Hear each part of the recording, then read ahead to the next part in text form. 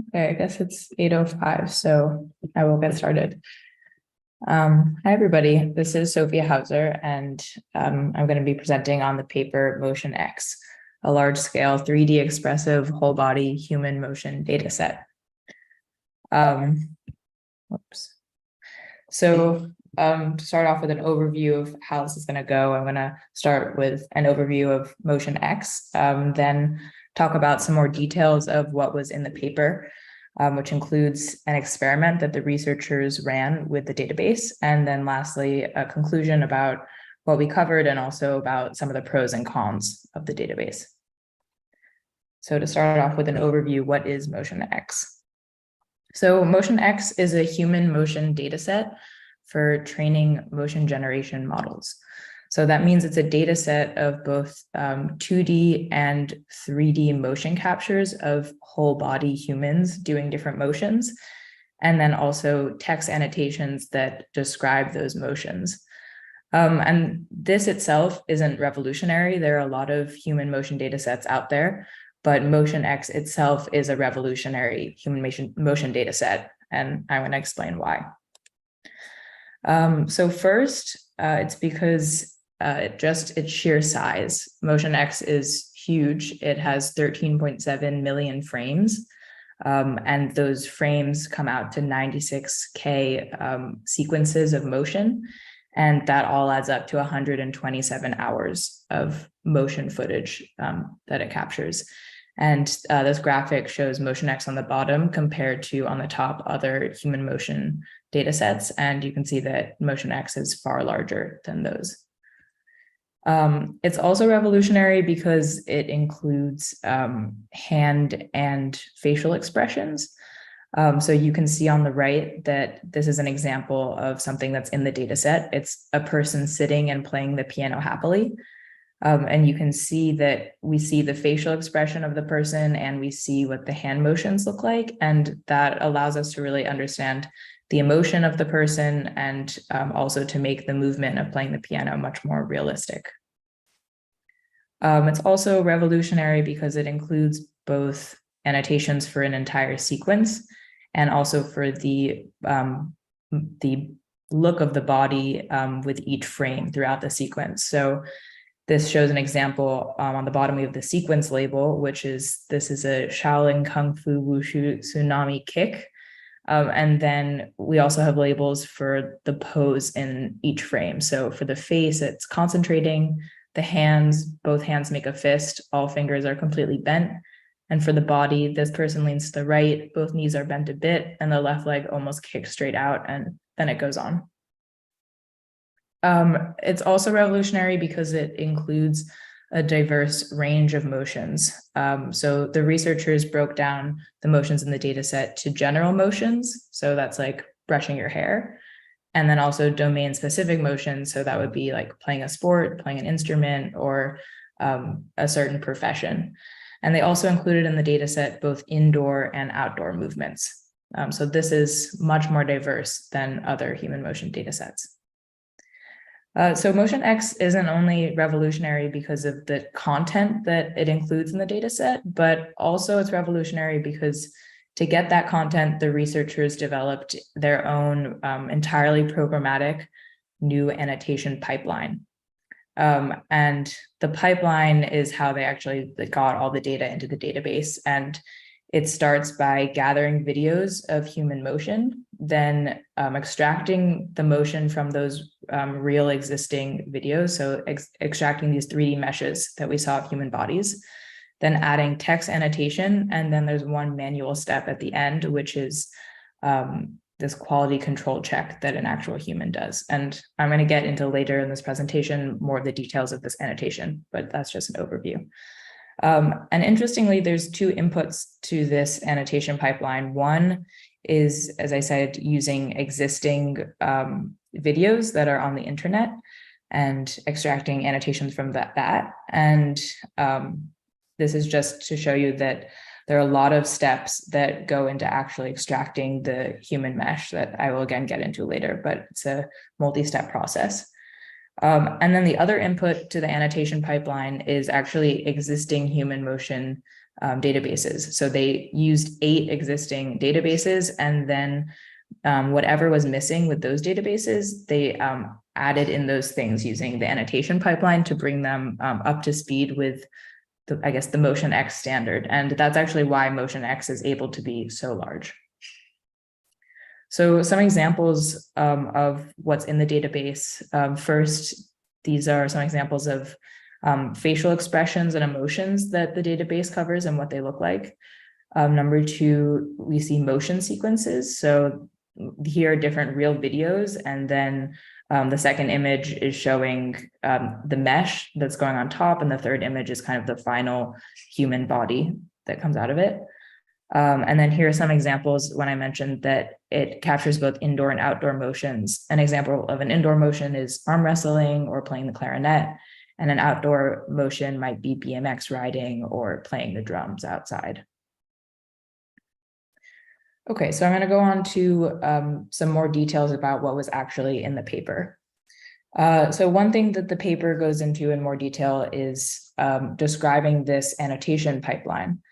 So the annotation pipeline starts with using an LLM to create a series of text snippets about different human motions. So they use an LLM to generate a bunch of these, and then they programmatically searched for these text snippets like brushing hair online and found videos of these motions.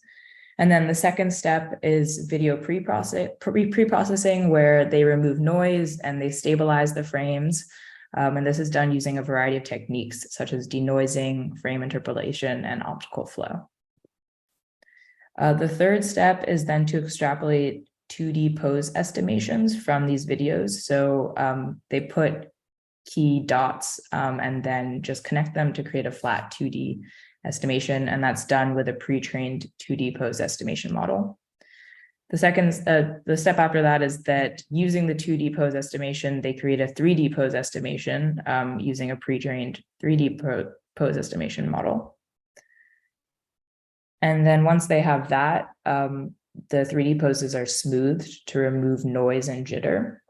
And then they're optimized to make the meshes better and also to correctly place the joints on the human body. Then they annotate these motions, and this is also interestingly done entirely programmatically, and partly they use the LLM prompts that they started with to actually search for the video to begin with as the sequence descriptor. But then to get the descriptions of the emotions, they used an emotion recognition model. And then to get the descriptors for the hand and body poses, they actually predefined a set of options. And then they look at the angle of the body or the angle of the fingers to decide which one of these predefined set options to use. And then the last step is, as I mentioned, the manual one where they bring in a quality control expert to actually check that the annotations are correct.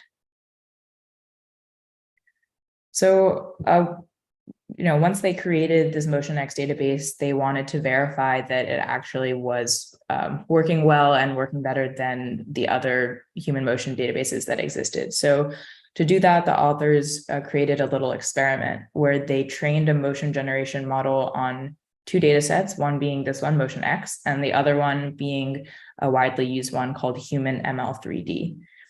And the researchers hypothesized that MotionX would generate more realistic, or a motion generation model trained on MotionX would generate a more realistic human movement, and that it would be harder to determine whether the motions generated using MotionX were actually fake and generated by an AI. So the authors of the paper chose MoCoGAN as the motion generation model. And MoCoGAN is a generative adversarial network, and it has 2 parts of it. One is a generator, which takes a text description as an input and then outputs a 3D human motion. And then the second part of it is a discriminator, which takes in a 3D human motion and then outputs the probability that that motion is real or fake.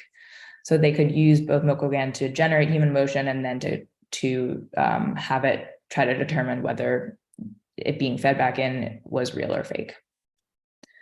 And the authors evaluated MoCoGAN on 2 tasks. The first task was actual motion generation. So they gave it a text description, and then it had to spit out both a full human motion. And then the second task was that using a noisy video of 3D human motion, it had to reconstruct the video and try to make it better. And the results showed that MoCoGAN performed significantly better on both tasks when it was trained on Motion X versus than when it was trained on human ML 3D. And just to visualize what that looked like, the blue is what MoCoGAN output using Motion X, and in the back in purple is what it output using human ML 3D. So on the left, we see a man is performing ballet happily, and the motions in the back are, don't look like ballet, and the person has no facial expression. And in the front, we see it's so much more realistic. So the reasons Motion X performed better, just to summarize again, is because it's a larger data set, which means that MoCoGAN had more data to learn from. It's also more diverse, so it has a larger range of different types of actions, which meant that MoCoGAN has a better understanding of the range of human motion. And then lastly, Motion X is more accurate. It has these facial expressions and these hand motions, which means that MoCoGAN is able to generate more realistic motions. So now I'm going to demo a little bit of Motion X, and these are actually pulled from Motion X's GitHub. So it's showing how you go from video to mesh to final product in the purple on the right. And this is showing this first step of the annotation pipeline, these 2D key points. And on the right is Motion X, and you can see it's a lot more accurate than the ones on the left. And then lastly, this is Motion X, turning those 2D points into a 3D mesh. And again, it's much more accurate, and it's the one on the right. So unfortunately, we couldn't actually play with Motion X because it's still not open to the public. You can apply with this form, which is linked in the slides, and you can start using it if you use the apply with the form in September 2023. But it's very cutting edge. So yeah, we couldn't use it. So lastly, what we learned and what worked, like the pros of all of this, and also some of the possible cons. So the pros, as we've discussed, is that Motion X is revolutionary versus other existing human motion data sets. It's larger, it's more diverse, it contains a wider range of different types of activities and expressions. The second part is that the paper also has this new annotation pipeline, which is very exciting, and it means that it's easy to scale this data set and to keep adding new motions to it. And also, the paper shows that this Motion X and the data set, the annotation pipeline, is good for 2 tasks, not only for human motion generation, but also for 3D whole body human mesh recovery. But then also there are some possible cons, which is something that we discussed as a group. And as exciting as it is that Motion X can create very realistic human motion, and that might be exciting for creating more realistic computer games or different sorts of animations, it's also a bit ethically concerning because as human motion gets better, it also is harder to tell that it's created by an AI. And that means that it's easier to create fake human motions, and this could be used in a number of bad ways, including to create misinformation. And it really brings up the question of, just because we can create something like this, should we? And might it be better to even have slightly worse human motion that you can 100% tell is created by an AI? But interestingly, the authors did touch on the social consequences briefly in 2 sentences, and they said that human motion data sets do not present any negative foreseeable societal consequences. So they did not seem very concerned about this. So that's it. If anyone has any questions, let me know, and the link to the paper is here.